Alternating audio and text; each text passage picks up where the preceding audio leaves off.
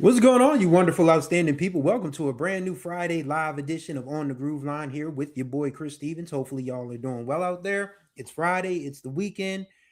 I survived the third week of my job, boy. This new thing is a challenge here. I mean, if you've ever gone from one career field to another, you know what I'm talking about. I'll probably talk about this on my personal YouTube channel, which is Chris Two Cents. That's where I host my personal podcast. If you guys are so interested, you can click on this link.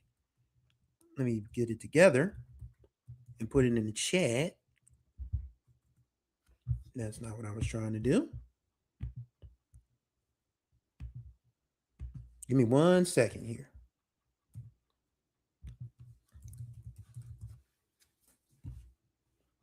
There we go. So if you want to follow my personal YouTube page where I talk about my writing life and other different things that I'm working on, you can go over there. Yeah. But this week at work was crazy. But I'm so glad to be back with you guys here on the Groove Line. It is Friday. We're going to talk about a transcendent album in 1990s R&B. But before we get to that, we would be remiss if we did not talk about the passing of the late great Dolly Parton, the recently departed Dolly Parton. She passed away after a brief bout with cancer, according to her family and PR reps earlier this week at the age of 80. And granted, Dolly Parton isn't exactly somebody who you would consider, an on the groove line sort of artist. I mean, she's a country artist, but I don't think you can tell the story of pop culture in the 21st century without Dolly Parton. I mean, 9 to 5. I love singing that song while I'm at work. Working 9 to 5 because that's pretty much what I'm doing these days. She was in Steel Magnolias with Julia Roberts. She wrote. The legend is that she wrote "I Will Always Love You" and Jolene in the same day. That's crazy. Your creative pen, your creative juices have to be flowing overtime to write a song begging a woman not to take your man, and another song that says, okay, you can go with her, but I will always love you. And, Dolly Parton was an incredible philanthropist. She had the book club where, millions of kids got books all the way up until they were 5 years old. That is huge in a country that frowns on intelligence now. But back when it was cool to read, back when it was cool to be able to, process information, think critically, comprehend what you're reading, Dolly Parton played a huge role in that. And from the music perspective, I can't tell you too much about the music, but Dolly Parton, a human being, was top notch. Make no mistake about it. She was funny, she was witty, she had a voluptuousness that men and women found appealing, but she just seemed to be a solid human being. And there aren't that many solid human beings that are famous left in this world. We're losing a lot of them. And so Dolly Parton was a very special person. I'll have to get into her catalog a little later, but I just wanted to say rest in peace to a icon, one of the white women that black people do not and did not play about. So anybody got something negative to say about Dolly Parton, you won't hear it from the black community. They're gonna be on your ass. They're gonna be on your ass. So rest in peace to Dolly Parton, one of a kind. And I also wanted to talk about this interesting little quote from producer Dr. Dre about artificial intelligence. This is from an interview he did recently. He said, I don't see it as a threat. I think the only people that see it as a threat are the people who have trouble creating. Now, I'm going to say something here that's probably going to ruffle a few feathers in the hip hop community, but let's be clear. Dr. Dre has some allegations against him of, not doing his own work, ghost writers and ghost producers and all of that. Like the legend is that Jay-Z wrote his verses for Still Dre. So, I mean, if you're looking to Dr. Dre as somebody who might be an upstanding moral character when it comes to creativity, you're doing yourself a disservice. Because if this is a dude who has used ghost producers, like mind you, there's been Scott Storch, Daz Dillinger, his own stepbrother, Warren G. And now he's going to sit here and say, yes, I use AI to create music. And here's my opinion on artificial intelligence. I hate it. I am not a fan. When you guys see me doing these graphics for On the Groove Line, this is all by my hand and my design. I don't fool with AI. I don't like AI. I don't like green eggs and ham. Sam I am. I do not like artificial intelligence because it's, to me, it's cheating. As a creative person who writes books, who hosts podcasts and all this other stuff, AI to me is flat out cheating. That's how I feel about it.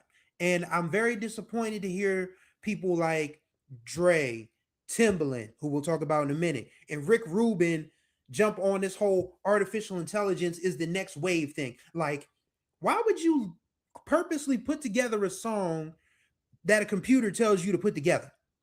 And I've seen people say things about drum machines and synthesizers and all of that. That is not the same thing. Drum machines made drum patterns easier, yes.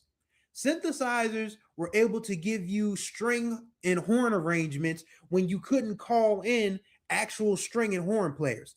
That's not the same thing as plugging something in, as giving a computer a prompt to say, okay, give me a song that sounds like this. Give me a song that sounds like that. Artificial intelligence is cheating. I will not back down off of that. I will stand on this hill. I will fight on this hill. I may even die on this hill. So I'm very disappointed in Dre, but again, I'm not surprised because again, he has the ghostwriter allegations. So we got to stop looking at celebrities to be people who are of upstanding moral character because everything they're motivated by is that simple. If they can find a way to make a buck, they're going to find a way to make a buck. And if they're going to find a way to make a buck with artificial intelligence, that's what they're going to do. Just don't expect me to support it. I'm not a fan of AI. It never will be. Because when you think about what it does to the environment, when you think about what it does to creativity, thinking critically, comprehending the art, consuming all different things, it makes things worse. And we already live in a rough time. But people just using AI flyers, putting together songs using artificial intelligence and all of that stuff, it's lazy. It's lazy, it's cheating, it's morally reprehensible, and I can't bang with it. You may feel differently. So, what are your thoughts about AI? If you catch this on the flip, leave a comment. If you do have a comment and you're watching us now, feel free to do so. Also, while we are live, if you're watching us on YouTube, I encourage you to send a super chat. What is a super chat? It is a way that you can donate. If you want to, send us $1, if you want to send us $5, if you want to send us $10, if you want to send 20 million like Mackenzie Scott, I'll take that too. But you know what? If you're watching us live on YouTube, please be sure to send. Please be sure to send, is what I'm trying to say, a super chat. So On the Groove Line can continue to grow and blossom and become the music vertical outlet that I want it to be and that I think it can be. So let's get to the meat and potatoes of today's show. We're talking about this outstanding album. No, we're not talking about Dre's AI quote anymore. We're getting that the hell out of here. But what we are talking about is the 30th anniversary of Miss Aaliyah Dana Houghton's sophomore studio album, One in a Million. This was released in August of 1996 on Blackground and Jive Records. This was largely produced by Timbaland and Missy Elliott. And when you think about One in a Million, let's get to the backstory first, because Aaliyah had burst on the scene with Age Ain't Nothing But a Number in 1994. And we all know who produced that album. And we all know the harrowing, horrific, predatory, perverse things that Aaliyah and several other young teenage girls, hundreds, scores, maybe even thousands, dealt with in being in the mixed company of R. Kelly. So they got her parents and her uncle Barry Hankerson got her away from R. Kelly for the second album. And Timbaland and Missy Elliott, they were not known yet. They were starting to become known because 1996 was the year Missy jumped on the scene with the remix of Gina Thompson's Things That You Do by Diddy, another pervert. And Missy Elliott, come on, be my pal like Shazam. He have. And we knew that the Basement Crew, or the Super Friends as they became known, were a group of people that were originally shepherded by Devontae Swing of Jodeci. You had a producer from Virginia Beach named Tim Mosley, that's Timbaland. You had Missy Elliott from Portsmouth with her group Sister. You had Stephen Garrett, Static Major, from Louisville, Kentucky, with his group Player. So Devontae Swing actually had a dynasty under his nose and blew it by being pretty much a reprehensible human being. And Tim, Missy, Playa, all of those folks said, man, we could do this by ourselves. We don't need that guy. He's crazier than the outhouse rat. So they all broke company from Devontae, and Barry Hankerson says, okay, can you guys produce my niece's sophomore album? And that's what they did for the most part. I mean, there are tracks on there from Jermaine Dupri, Darren Lighty, Rodney Jerkins, Vince Herbert, Tamar Braxton's ex-husband. That's who Vince Herbert is, but he's actually a really, decent 90s producer if you go back and listen to his stuff. So 1 in a Million, it's resetting Aaliyah's image, getting her away from being associated with the most diabolical person in Black music history. And there have been some diabolical people in Black music history, but I don't think anybody has been as egregious with his perversion and predatory practices than R. Kelly. I don't think there's ever going to be anybody as nasty as R. Kelly in the Black music space ever again, because thanks to Me Too and the Surviving R. Kelly docs, people are watching closer now. So you can't be filthy and people not know about it. People knew R. Kelly was filthy, but people chose dollar signs over the well-being of young women, young girls. And there are a lot of people who are going to have to answer to the God of their choice on their judgment day for that. Make no mistake about it. There are a lot of people who continue to work with R. Kelly. There are people who continue to champion R. Kelly, even though that man is behind bars, and saying, oh man, the music is great. The music ain't that great. So a lot of people are going to have to answer for their allegiance to a predator. Remember Cat Williams said on the Shannon Sharp show, you have an unnatural allegiance to losers and it's not like you. People have an unnatural allegiance. R. Kelly fans have an unnatural allegiance to a born monster. That's a problem. But back to 1 in a Million. There are so many songs on this album that you can, what I characterize it is no skips. Not necessarily, but they are far and few in between. Like, you start off, with the intro, and then the original Hot Like Fire. The original Hot Like Fire was the last single released in September of 97. I was starting my junior year of high school when the original Hot Like Fire became a single. And then the Timbaland remix, the drum and bass remix, oh my God. That remix, the Hot Like Fire remix, is one of the top 10 remixes of the second half of the 1990s. I will fight to the death on that hill.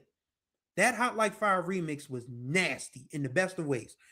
But then, of course, you go into, it's so interesting because people listen to it, people hear Tim and Missy produce this and like, oh, wow, it's all futuristic. It's all next level. It's all this. No, there were some, some callback samples on here. Like the Choosy Lover, remix. That was pretty good.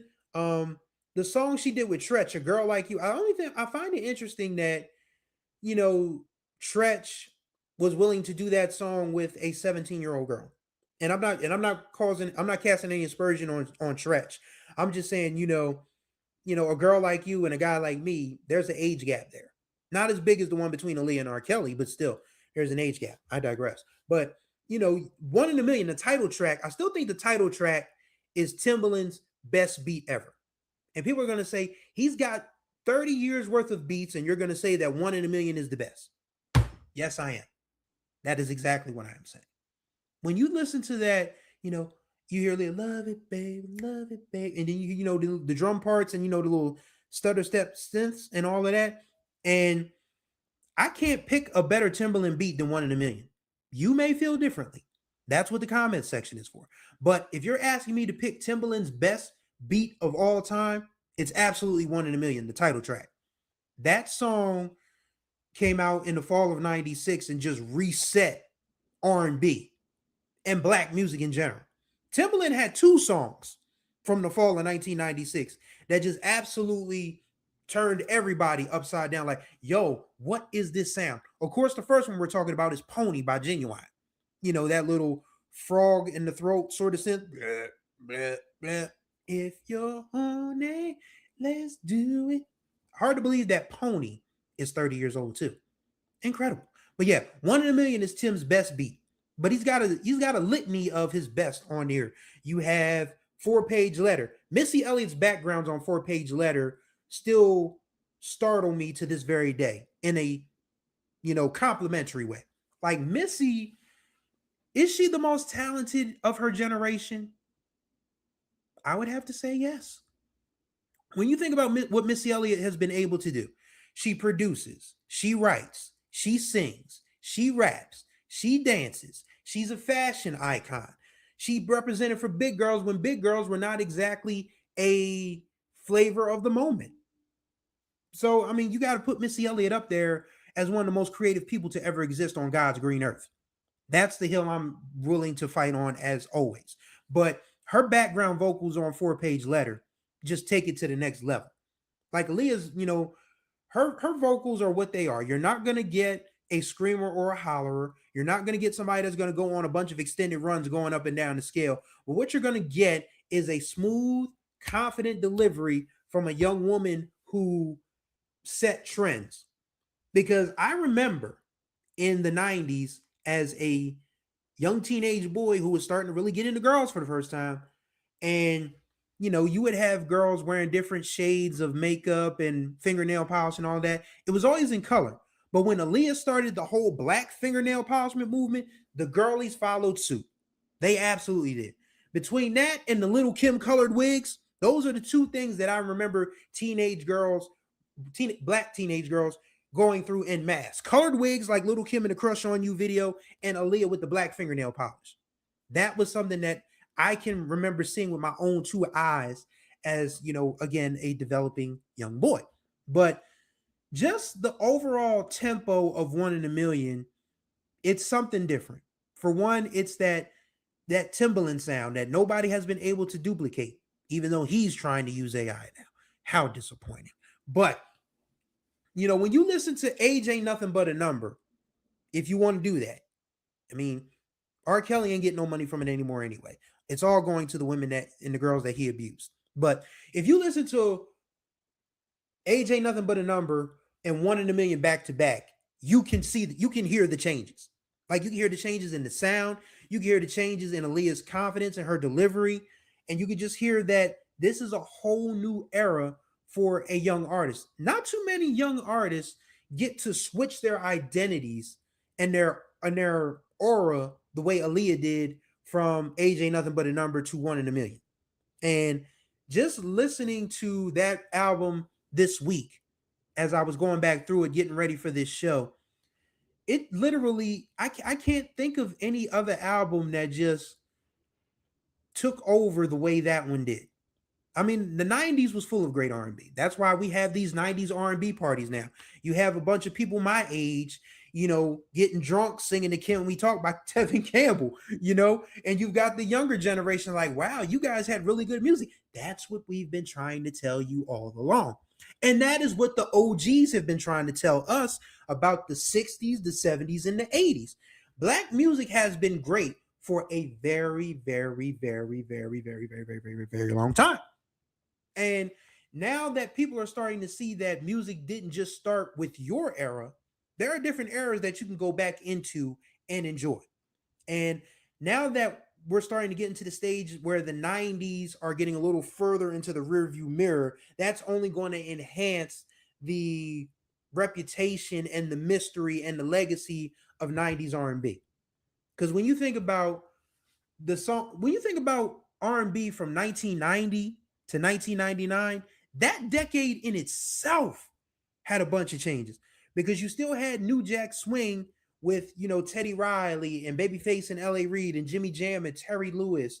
And then by 96, you have Tim. I mean, you got to have that little in-between period with Diddy and, Mary J and hip hop soul and faith and all of that. And then you get to 96 and here comes Tim and Missy with this unbelievably futuristic, Jetsons level type sound.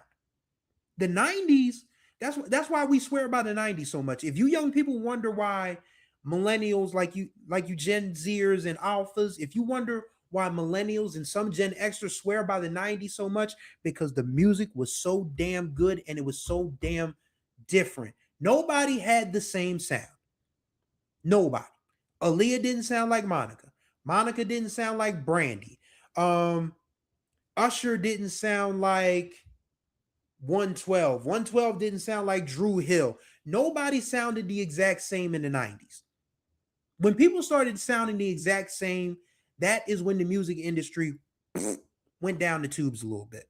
But people were able to have different sounds. Like you wouldn't mistake One in a Million for something that Brandy did. You wouldn't mistake Before You Walk Out of My Life as something that Aaliyah did. You wouldn't mistake Sitting Up in My Room as something that Monica did. There's differences in the music. There's differences in every artist from the R&B space in the 1990s. Yes, people tried to replicate sounds, certain beats, certain vibes. But as far as like artist development and all of that, nobody was the same. Nobody was copycat. I mean, people tried, but you think about the R&B groups in the 90s. Yeah, Boys to Men. Nobody sounded like Boys to Men. Nobody sounded like 112. Nobody sounded like Drew Hill. Nobody sounded like UNV. Y'all don't remember UNV. Y'all don't remember Something's Going On. Something's Going On is one of the most underrated This Girl Got Me Down Bad songs of all time. Like they're a one-hit wonder in that respect.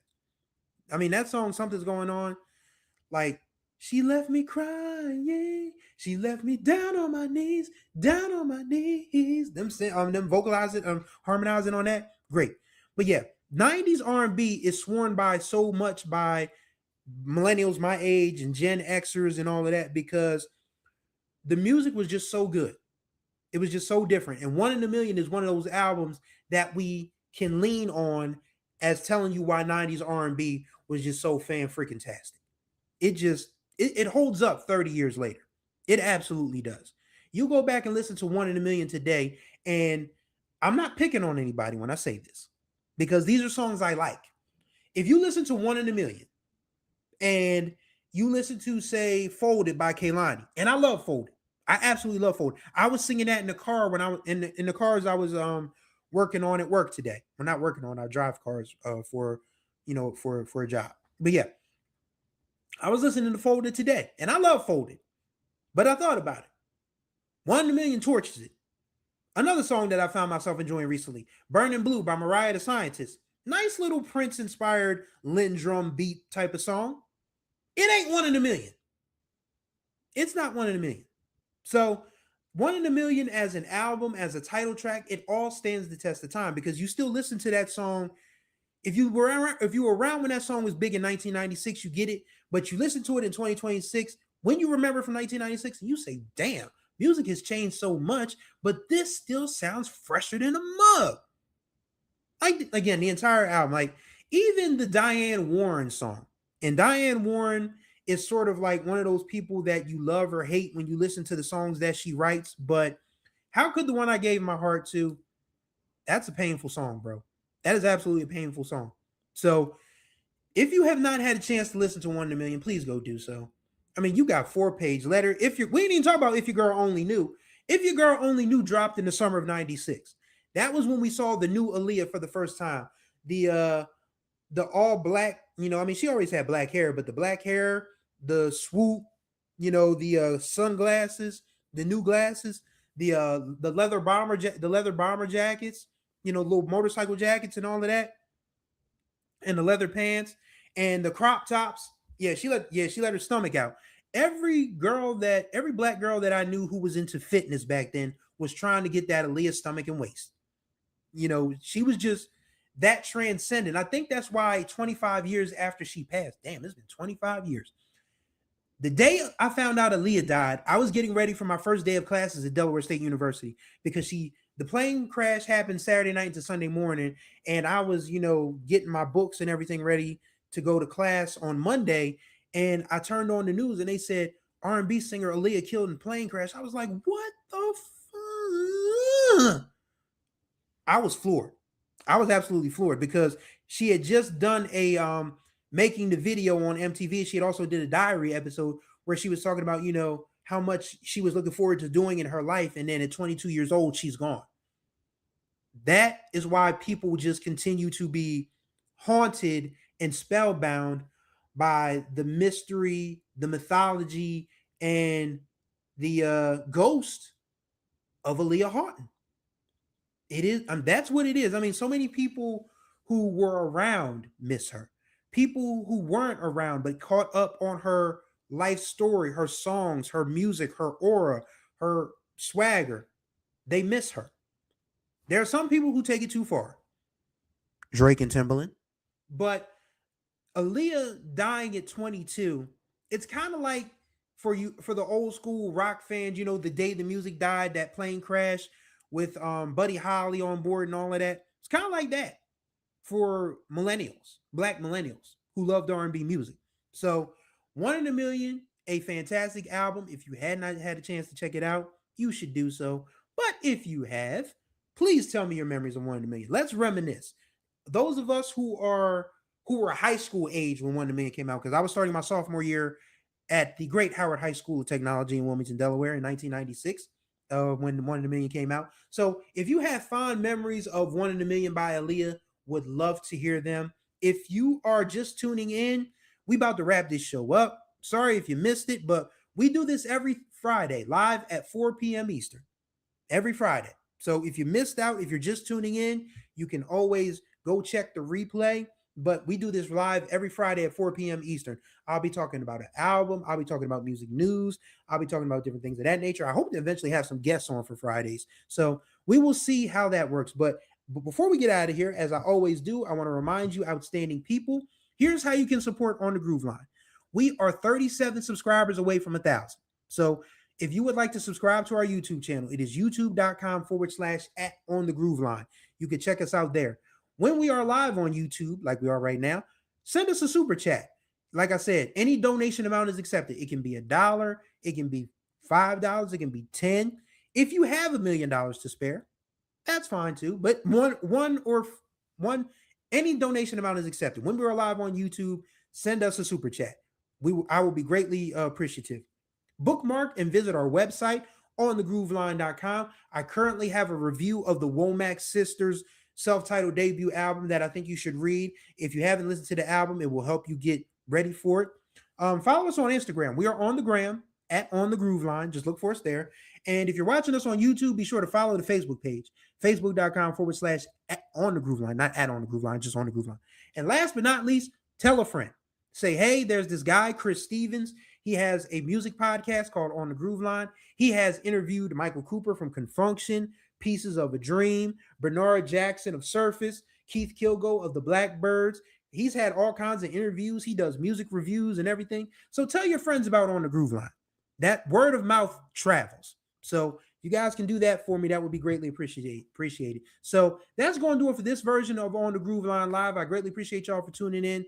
Contact information when I get back on YouTube will be in the description below. Don't forget to subscribe to our YouTube channel. Don't forget to follow us on Facebook, follow us on the gram, and just keep in touch, man, because this is something that, 16, 17 months in, it ain't going nowhere. I'm having too much fun doing this, and as long as I'm fortunate enough to do it, we're going to do this. So thank you guys for riding with me on the Groove Line Live this week, and until the next time we ride, may y'all find the groove, or may the groove find you. Have a good weekend, y'all. We gone.